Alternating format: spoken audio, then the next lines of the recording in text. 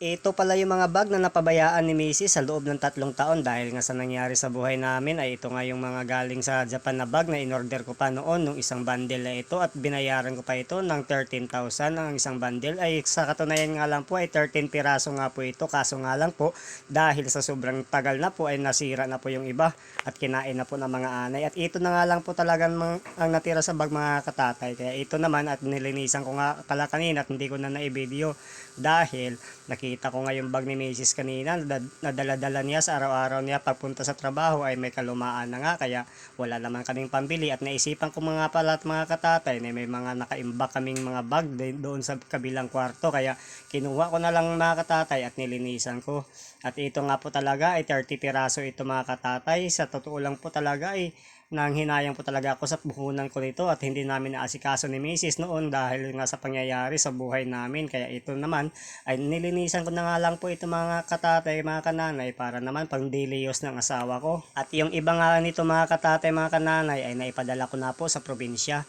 At mga magaganda nga po talaga yung naipadala sa probinsya at ito na lang po talaga natira at marami pa pong mga nasisira at tinatapon ko na lang po sa basurahan kanina mga katatay. At ito na nga lang po yung napili ko na bag pero okay na rin at least kahit papano ay may napili pa ako. At ang gaganda naman talaga nito mga katatay mga kananay dahil pure balat po nga po ito mga kananay mga katatay. At buti na nga lang po ay naisipan ko na may mga bag pa lang naka-imbak doon sa kabilang kwarto na mga tira-tira na lang ito na mga anay kaya ito nagpapasalamat din ako kasi naisip ko na malinisan para naman kahit paano pag uwi ni Mrs. mamaya dito sa bahay ng alas 10 ng gabi ay matutuwa naman siya kasi marami siya mapagpipilian na gagamitin sa kada araw papunta sa trabaho niya. Sa katunayan nga lang po mga kananay mga katatay ay totoong branded po talaga itong mga bag na to at marami po talaga at may mga tag po pa po ito mga kananay mga katatay kung makikita nyo man talaga ay sulit po talaga yan pure balat po talaga yan kaya naman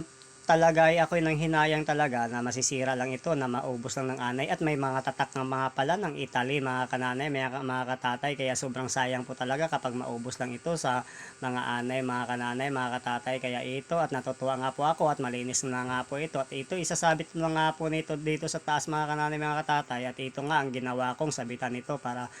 kahit papano pag gising ni Mrs. o andito si Mrs. sa bahay palagi niya makikita para palagi niya mapagpipilian kung alin ang gagamitin niya ngayong araw mga kananay mga katatay at kahit naman nandito na ako sa bahay ay gumagawa ako ng paraan para naman kahit papano ay matuwa din naman yung si Mrs. sa akin mga katatay mga kananay kasi wala nga tayong trabaho gawa lang sa mayroon nga po tayong karamdaman sa katawan pero pinapangako ko naman talaga sa sarili ko na kapag ako'y gumaling na sa aking karamdaman ay ako naman yung magtatrabaho para naman makapahinga na si Mrs. mga kananay mga katatay kaya sana naman mamaya pag uwi ni Mrs. galing sa trabaho ay pag nakita niya itong ginagawa ko dito sa bahay ay matutuwa naman siya kasi nakakalambo talaga ng puso kapag pagdating ng asawa mo na ganito yung ginagawa mo, may ma-appreciate niya yung mga ginagawa mo dito sa bahay. At dahil nakaabot ka sa part ng video na ito mga kananay mga katatay, ay lubos po ako nagpapasalamat sa iyo kasi pinapanood niyo po ang video ko hanggang dito sa dulo. Kaya maraming salamat po sa sulit yung suporta sa aking mga video